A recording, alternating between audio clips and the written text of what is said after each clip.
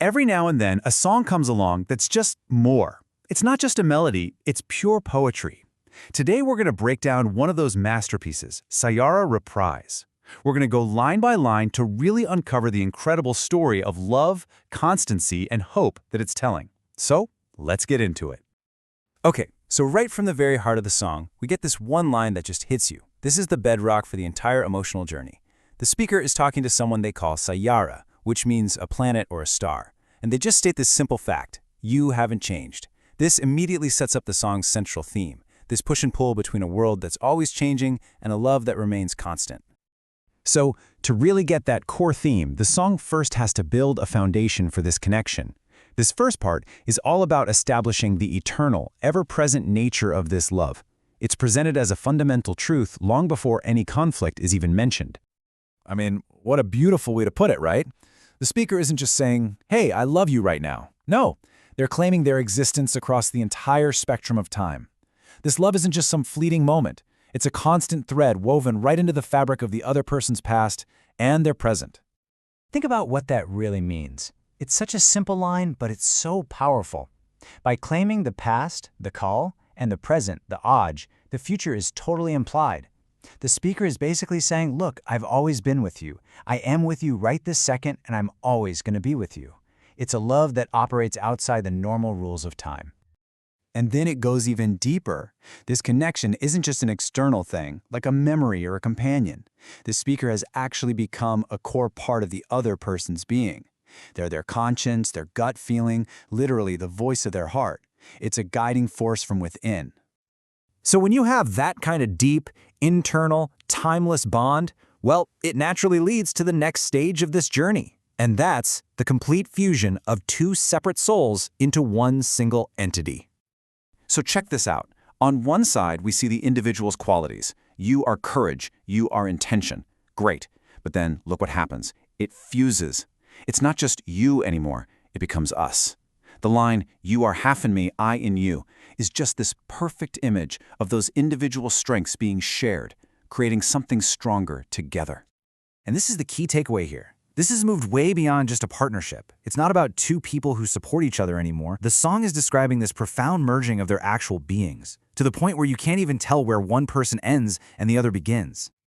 All right, so with that complete fusion of identity locked in, the song just climbs to its emotional peak. This incredibly deep connection, of course, leads to an unbreakable vow, a promise that pretty much defines their whole reason for being. Let's just walk through this buildup. It starts with this beautiful, balanced pact. I am your dream, you are my promise. One person is the aspiration, the other is the guarantee.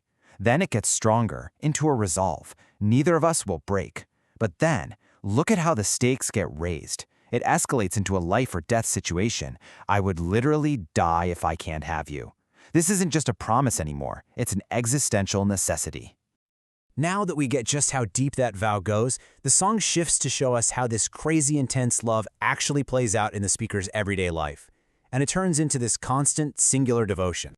And this line, it's not just a metaphor for thinking about someone a lot. Lamha lamha means moment to moment. It suggests a constant, unbroken reality.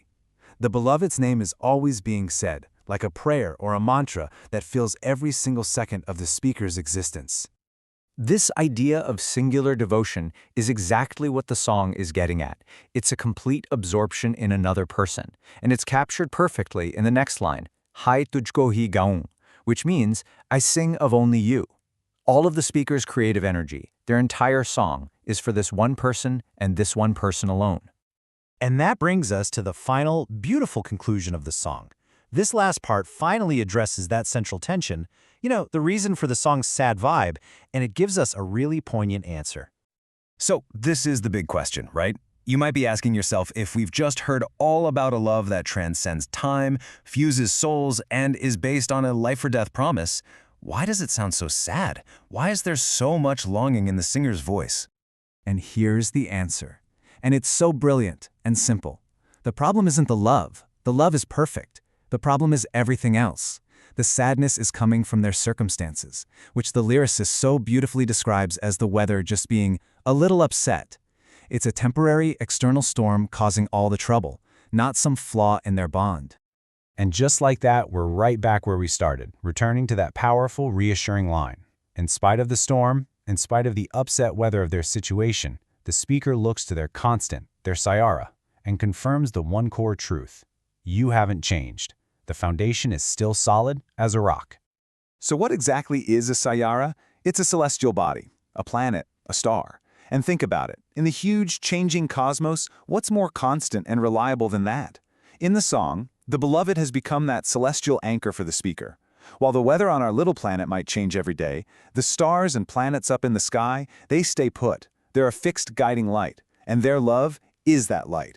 And really, that's the profound question the song leaves us with. It suggests that while our life's circumstances, the weather, are always changing, true love can be a Saiyaara, a constant, unwavering force that guides us through all those temporary storms. It's a beautiful thought and a really powerful thing to hope for.